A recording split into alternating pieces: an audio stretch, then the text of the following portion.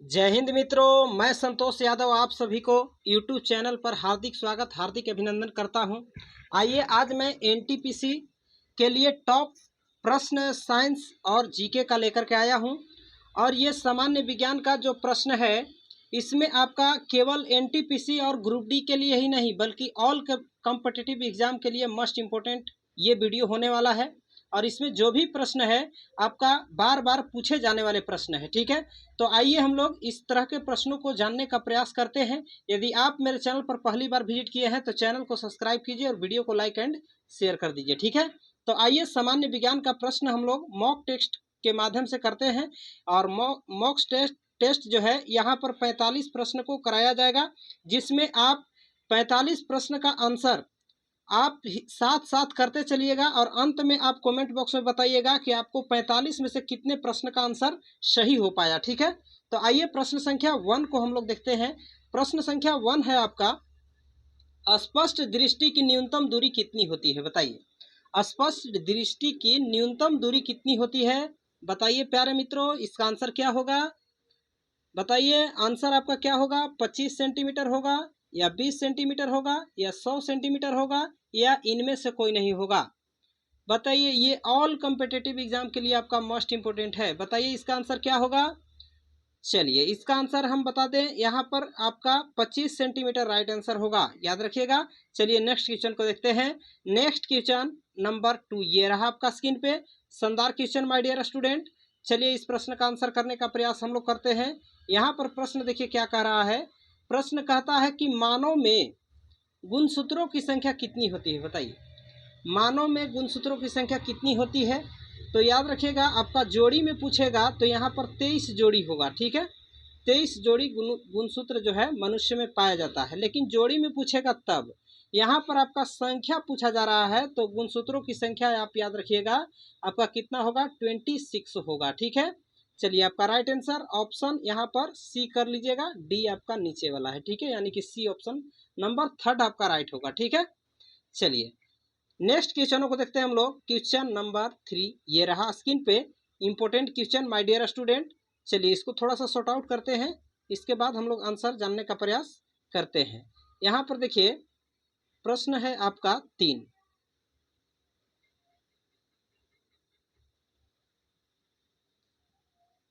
एक मिनट। चलिए ये आपका प्रश्न संख्या 3 है और इसका आंसर हम लोग जानने का प्रयास करेंगे। प्रश्न है कि किस विटामिन की कमी से रक्त का थक्का नहीं बनता है, बताइए। किस विटामिन की कमी से रक्त का थक्का नहीं बनता है, बताइए इसका आंसर क्या होगा। विटामिन ए होगा या विटामिन के होगा या विटामिन डी होगा या विटामिन बी होगा, बताइए इस क्वेश्चन का आंसर क्या होगा। तो इस क्वेश्चन का आंसर आप लोग बताइए क्या होगा। इस क्वेश्चन का राइट आंसर आपका ऑप्शन बी को लॉक कीजिए, ऑप्शन बी राइट होगा, ठीक है। विटामिन के की कमी से रक्त में थक्का नहीं बनता है। चलिए नेक्स्ट क्वेश्चन अब करते हैं। नेक्स्ट क्वेश्चन आपका ये रहा स्क्रीन पे। Important question my dear student, बताइए इसका आंसर क्या होगा। कुत्ते मतलब डॉग का वैज्ञानिक नाम क्या है, ठीक है। ये वैज्ञानिक नाम क्या है, कुत्ता का वैज्ञानिक नाम बताइए। ये आपका हर एग्जाम में देखने के लिए मिलेगा, ये प्रश्न रिपीटेटेड प्रश्न है। तो आइए इसका आंसर जानने का प्रयास करते हैं। कुत्ते का वैज्ञानिक नाम बताइए क्या होता है। कैनिस फैमिलियर्स, याद रखिएगा ऑप्शन बी राइट होगा, ठीक है। ये आपका कुत्ता का वैज्ञानिक नाम हो जाएगा। यहाँ पर देखिए फेलिस डोमेस्टिका, ये आपका किसका वैज्ञानिक नाम है, बिल्ली का वैज्ञानिक नाम है, याद रखिएगा। बिल्ली का वैज्ञानिक नाम क्या होता है, फेलिस डोमेस्टिका, ठीक है। इसके बाद ये आपका 3 नंबर दिखाई दे रहा है होमोसोपियंस। ये होमोसोपियंस जो है मनुष्य का वैज्ञानिक नाम है, किसका नाम है, मनुष्य का वैज्ञानिक नाम है, ठीक है। इसके बाद ये आपका बॉस इंडिकस है 4 नंबर। तो बॉस इंडिकस जो है ये किसका वैज्ञानिक नाम है, गाय का वैज्ञानिक नाम है। ये चारों प्रश्न आप याद रखिएगा, यहाँ से प्रश्न आपका बनेगा एग्जाम में, ठीक है। इसके बाद प्रश्न हम लोग देखेंगे नेक्स्ट। ये आपका प्रश्न संख्या 5 है। कह रहा है कि विद्युत धारा का एसआई मात्रक क्या होता है, बताइए। विद्युत धारा का एसआई मात्रक, आप मेरे चैनल पर विजिट किए हैं तो अंत तक बने रहिएगा, तभी आप हर प्रकार के प्रश्नों से अवगत हो पाइएगा, ठीक है। और यहाँ पर जो भी प्रश्न है आपका बार बार पूछे जाने वाले प्रश्न है, एग्जाम में जो प्रश्न पूछे जाते हैं वैसा ही प्रश्न मैं लेकर के आया हूँ। रेलवे एनटीपीसी का जो एग्जाम होने वाला है 5 जून को, उसमें आपका यहाँ से प्रश्न जो है बनेगा, ठीक है। विद्युत धारा का एसआई मात्रक क्या होता है बताइए। विद्युत धारा का एसआई मात्रक याद रखिएगा, आपका राइट आंसर यहाँ पर ऑप्शन सी हो जाएगा, एम्पियर होता है विद्युत धारा का एसआई मात्रक। बताइए कैंडेला किसका मात्रक होता है, साथ साथ प्रश्न को हम लोग करते चलेंगे। कैंडिला जो है, कैंडिला किसका है, ये आपका ज्योति तीव्रता, याद रखिएगा ज्योति तीव्रता का एसआई मात्रक है, ठीक है, याद रखिएगा। इसके बाद वोल्ट किसका मात्रक है, वोल्ट जो है ये आपका विभवांतर का एसआई मात्रक है, याद रखिएगा विभवांतर, ठीक है, किसका मात्रक है, विभवांतर है, ठीक है, विभवांतर का एसआई मात्रक। इसके बाद आपका यहाँ पर देख रहे हैं 4 नंबर न्यूटन, न्यूटन किसका मात्रक है, तो न्यूटन जो है याद रखिएगा ये आपका बल का मात्रक है, किसका मात्रक है, बल का मात्रक न्यूटन होता है, ठीक है, याद रखिएगा ऑप्शन डी। चलिए क्वेश्चन के अकॉर्डिंग आपका राइट आंसर ऑप्शन सी हुआ। चलिए आगे देखते हैं हम लोग क्वेश्चन नंबर 6। चलिए ये रहा question number 6। Nitrous oxide gas का रासायनिक सूत्र है। नाइट्रस ऑक्साइड का रासायनिक सूत्र पूछा जा रहा है, नाइट्रस ऑक्साइड N2O, ठीक है, नाइट्रस ऑक्साइड, ये आपका ऑप्शन ए राइट हो जाएगा, ठीक है। इसे लाफिंग गैस भी बोला जाता है नाइट्रस ऑक्साइड को, ठीक है। इसके बाद क्वेश्चन हम लोग देखेंगे नेक्स्ट, ये रहा आपका नेक्स्ट क्वेश्चन नंबर 7। चलिए करा है कि कौन सर्वाधिक ऊर्जा प्रदान करता है, बताइए सबसे ज्यादा ऊर्जा प्रदान करने वाला कौन सा यहाँ पर पोषक तत्व है, कार्बोहाइड्रेट है या प्रोटीन है या विटामिन है या खनिज लवण है। बताइए इस क्वेश्चन का राइट आंसर क्या होगा, राइट आंसर आपका ऑप्शन ए हो जाएगा कार्बोहाइड्रेट, ठीक है। कार्बोहाइड्रेट जो है सर्वाधिक मात्रा में ऊर्जा प्रदान करता है, याद रखिएगा। चलिए क्वेश्चन नंबर 8 देख लेंगे हम लोग, ये रहा आपका स्क्रीन पे important question my dear student. चलिए इसका आंसर जानने का प्रयास करेंगे। मोटर कार की साइड मिरर के रूप में किसका उपयोग होता है, बताइए मोटर कार के साइड मिरर में किसका उपयोग होता है, तो ये आपका उत्तल दर्पण का उपयोग होता है, याद रखिएगा ऑप्शन ए यहाँ पर राइट हो जाएगा क्वेश्चन के अकॉर्डिंग, ठीक है। चलिए क्वेश्चन नेक्स्ट देखते हैं हम लोग, question number 9 my dear student, important question है। देखिए करा है कि मनुष्य को ध्वनि कंपन की अनुभूति किस आवृत्ति सीमा में होती है, तो मनुष्य के ध्वनि कंपन की अनुभूति जो है किस आवृत्ति तक होती है, तो ये आपका 20 हर्ट्ज से लेकर के 20,000 हर्ट्ज तक ये आपका आवृत्ति होता है, हर्ट्ज तक, ठीक है। ध्वनि का मात्रक क्या होता है, हर्ट्ज होता है, याद रखिएगा HZ। आइए देखते हैं नेक्स्ट प्रश्न, ये रहा आपका, करा है कि विटामिन B2 का अन्य नाम क्या है, विटामिन B2 का अन्य नाम क्या है, तो ये आपका राइबोफ्लोविन हो जाएगा, राइबोफ्लेविन, ऑप्शन नंबर सी आपका राइट हो जाएगा, ठीक है। इसके बाद क्वेश्चन हम लोग देखेंगे नेक्स्ट, ये रहा स्क्रीन पे important question my dear student.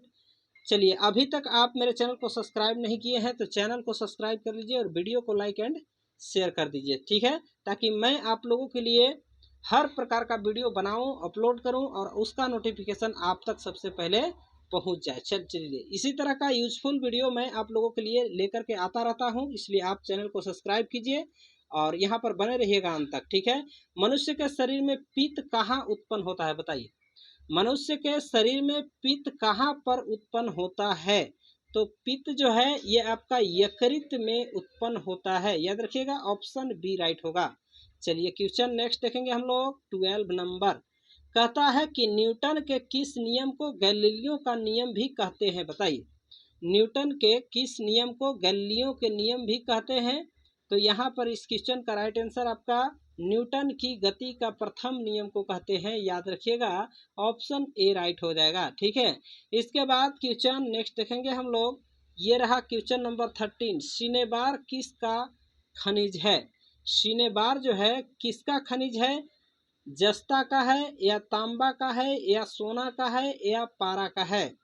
तो इस क्वेश्चन का राइट आंसर आपका ऑप्शन डी हो जाएगा। पारे का खनिज जो है सिनेबार है। ठीक है, चलिए अगला क्वेश्चन हम लोग देखेंगे 14।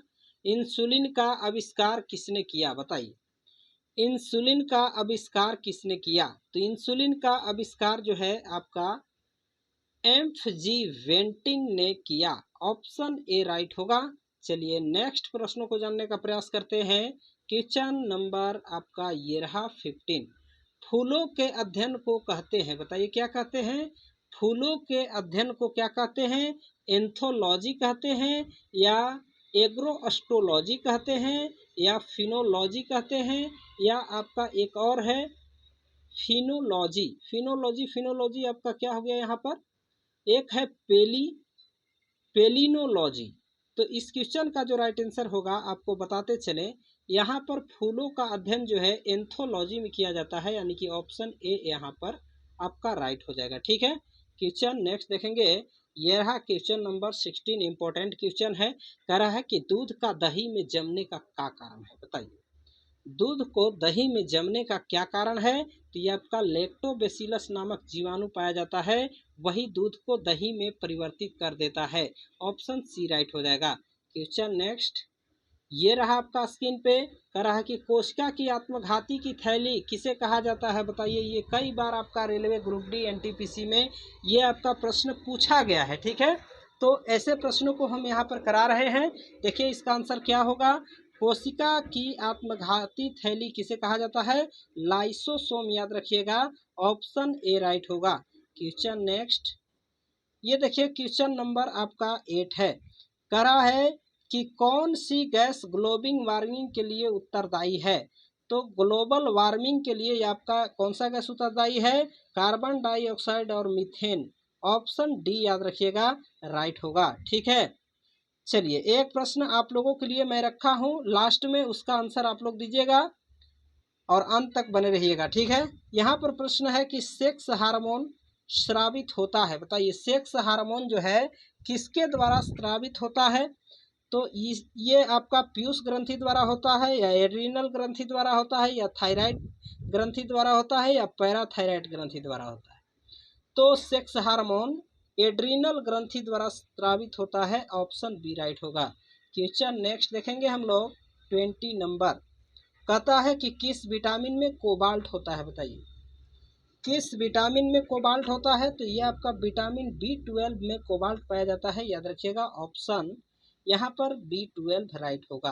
क्वेश्चन नंबर यानी कि ऑप्शन सी राइट होगा। क्वेश्चन नंबर हम लोग 21 देखेंगे।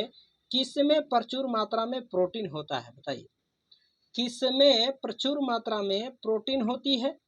तो प्रोटीन आपका मांस और अंडे में ज़्यादा होता है कि दूध और पत्तेदार सब्जी में होता है या सोयाबीन और मूंगफली में होता है या इनमें से कोई नहीं?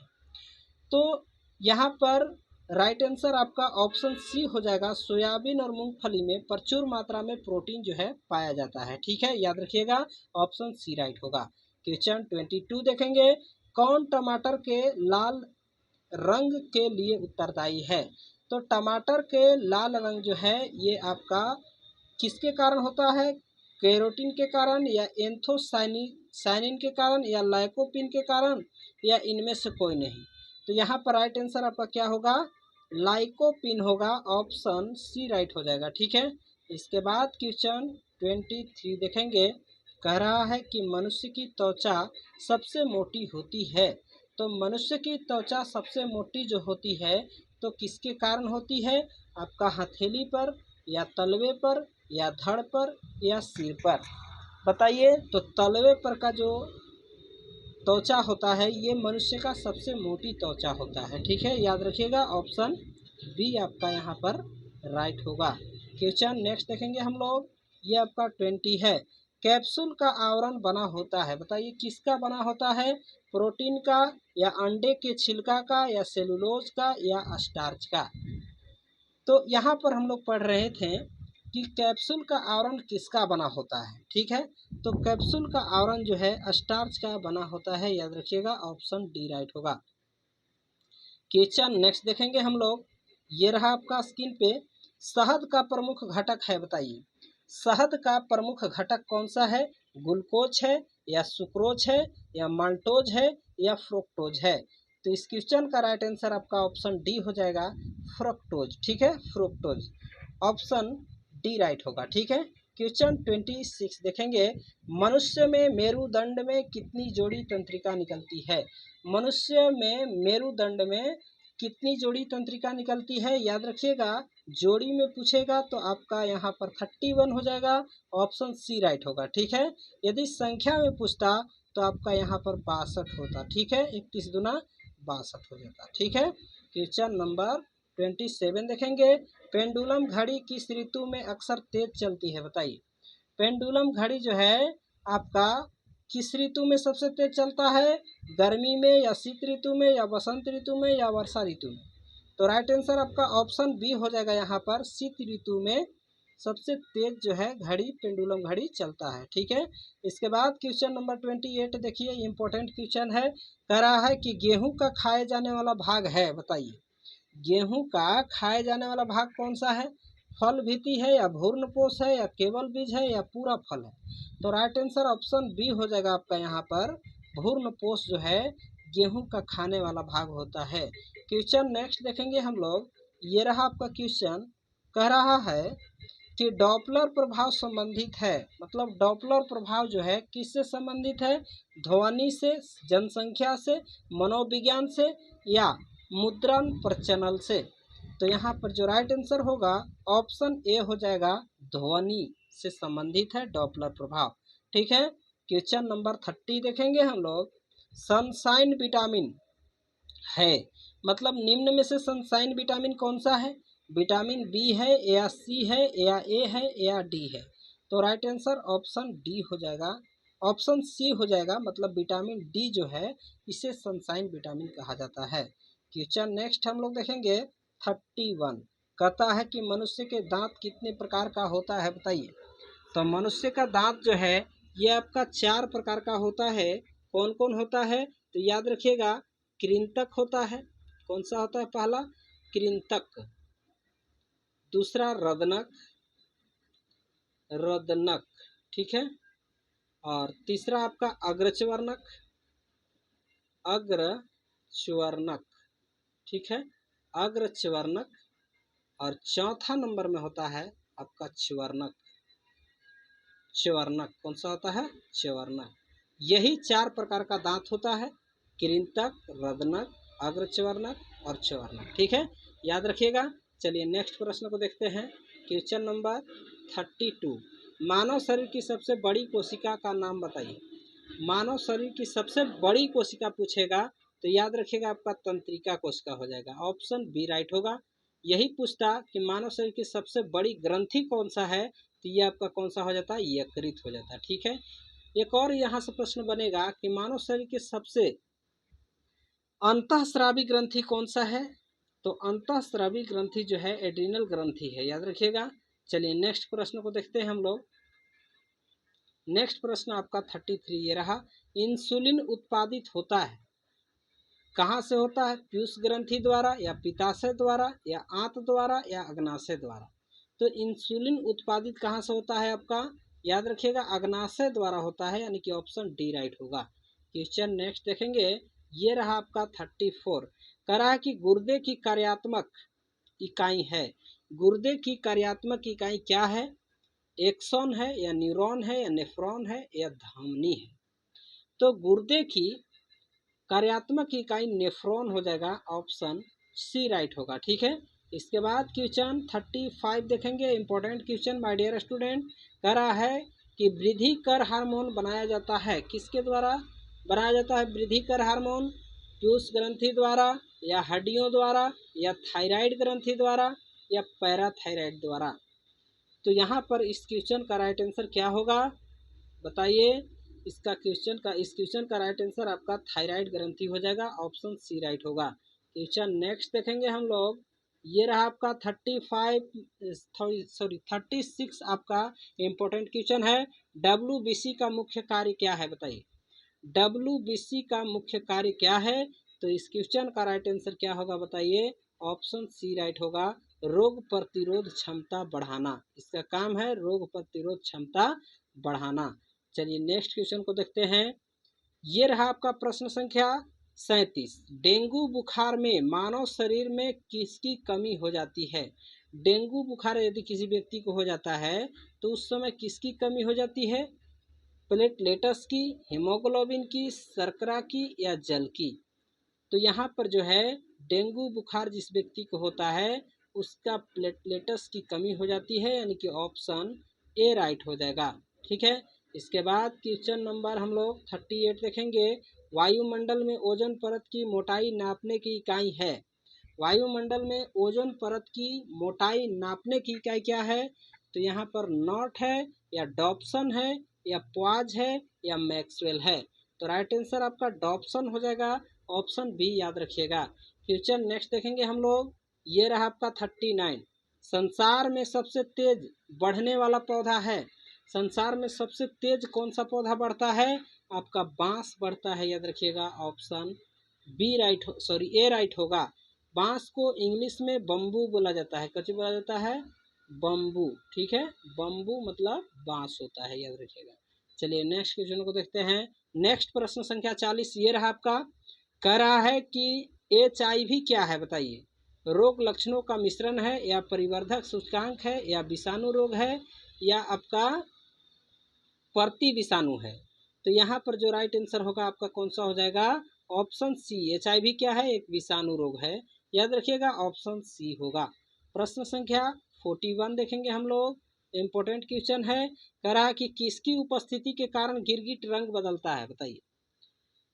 गिरगिट में क्या चीज ऐसा पाया जाता है जिसके कारण गिरगिट अपना रंग बदलता है? तो ये याद रखिएगा, क्या होता है? वर्ण किल्वक होता है, ऑप्शन बी राइट होगा। इसी के कारण जो है गिरगिट रंग बदलता है। प्रश्न संख्या 42 देखेंगे हम लोग। इम्पोर्टेंट क्वेश्चन है। माय डियर स्टूडेंट, मानव शरीर में कक्षों की संख्या होती है। मानव शरीर नहीं, हृदय। मानव हृदय में कितने कक्ष होते हैं? तो याद रखिएगा 4 कक्षा होता है, ऑप्शन ए राइट होगा। ये आपका ऑप्शन ए राइट होगा। ठीक है, प्रश्न संख्या हम लोग 43 देखेंगे। इम्पोर्टेंट क्वेश्चन है। क्लोरोफिल मतलब हरित लवक में कौन सी धातु पाई जाती है? ठीक है, क्लोरोफिल जो है से पेड़ पौधा के पत्ता में पाया जाता है।